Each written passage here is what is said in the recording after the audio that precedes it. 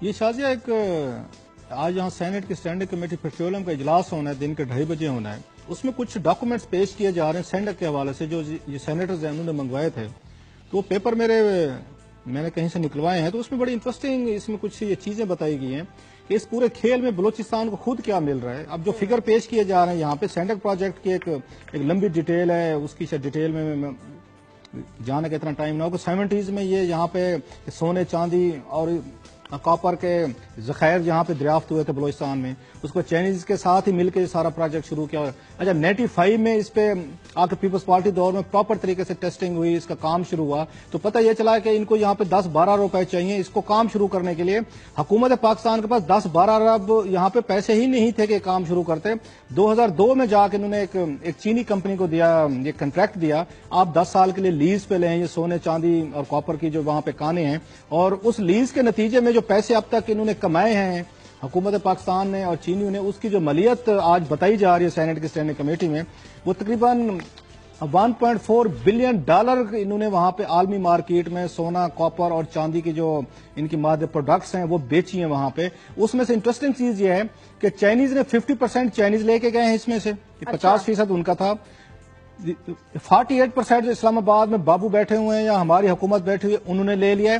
2% صرف بلوچستان کو دیا گیا. ذرا آپ ملاحظہ فرمائیں. اور پھر ہم کہتے ہیں ٹیررزم بڑھ رہا ہے، پھر ہم کہتے ہیں غربت بڑھ رہی ہے، اور پھر کہتے ہیں سیپریٹسٹ موومنٹس یہاں پہ سٹرانگ ہو رہی ہیں. جو آپ نے معاہدہ کیا چائنیز کے ساتھ وہ یہ معاہدہ تھا کہ 50% آپ لے جائیں، اس میں سے 48 اور اس کے بعد 48% جو ہے وہ حکومت پاکستان رکھ لے گی، 2% ہم بلوچوں کو دیں گے. یہ باقاعدہ ڈاکومنٹس میں لکھا ہوا ہے. یہ ساری چیزیں آج وہاں پہ پیش ہو رہی ہیں. اس کے بعد انہوں نے 2010 میں باقاعدہ کہ جب یہ پیپلز پارٹی حکومت آئی، انہوں نے آغاز حقوق بلوچستان کے تحت یہ کہا کہ ہم اس کو ٹرانسفر کر دیتے ہیں بلوچستان کو، اونرشپ ہے 35% ان کو دے دیتے ہیں. تو اس کے بعد جو بیوروکریسی پاکستان کی بیٹھی ہوئی ہے یہاں پہ اسلام آباد میں، انہوں نے اپنی ٹانگ اڑا دی. انہوں نے کہا جی آپ کو یاد ہوگا جب سینٹک پروجیکٹ شروع ہو رہا تھا ہم نے کوئی 29 بلین روپیز ہمارا بنتا ہے، ہم نے انویسٹمنٹ کی تھی. وہ پہلے بلوچستان کو کہیں کہ ہمیں 29 بلین روپیز دیں، اس کے بعد ہم یہ ٹرانسفر کریں گے. اور بھائی آپ نے $1.5 ارب کما لیا ہے پچھلے 10 سالوں میں انہی کے بلوچوں کے پیسوں سے.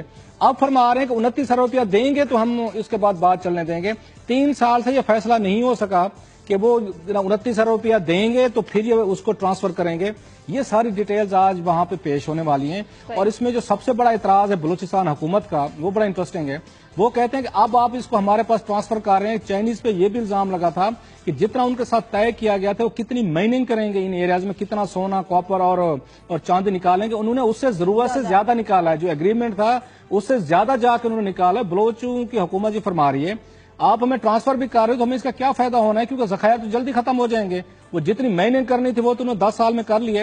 اب کام یہ کیا ہے انہوں نے، یہ چائنیز نے، انہوں نے 5 سال کے لیے مزید لیز لے لی ہے وہ، اور ان کو 5 سال کے لیے مل گیا ہے کہ اب آپ یہ لیں. جس معاہدہ ہو رہا تھا بلوچستان کی صوبائی حکومت کو اسے لائن رکھا گیا، انہیں بالکل اطلاع نہیں تھی اس معاہدے کی.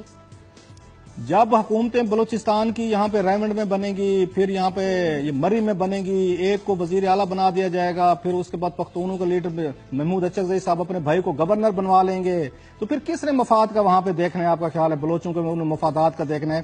ابھی ہم نے دیکھ رہے ہیں زلزلے سے جو حالت بری ہوئی ہے، پھر $1.5 ارب اٹس اے میسو اماؤنٹ. اس کو دیکھا جائے 200 ارب روپیہ بنتا ہے.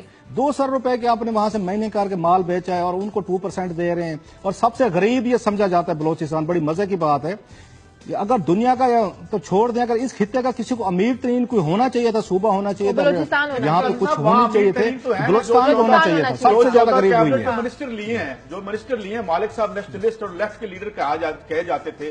ان 14 میں سے 10 نوابین ہیں یا نواب ہیں یا چیف ٹینز ہیں یا ان کے رچ لوگ ہیں. تو پھر وہ تو ٹھیک ہیں، ان کے لیے تو 1% کے لیے یہ ملک ویلفیئر اسٹیٹ ہے، ان کے لیے تو ٹھیک ہے یہ. جی جی جی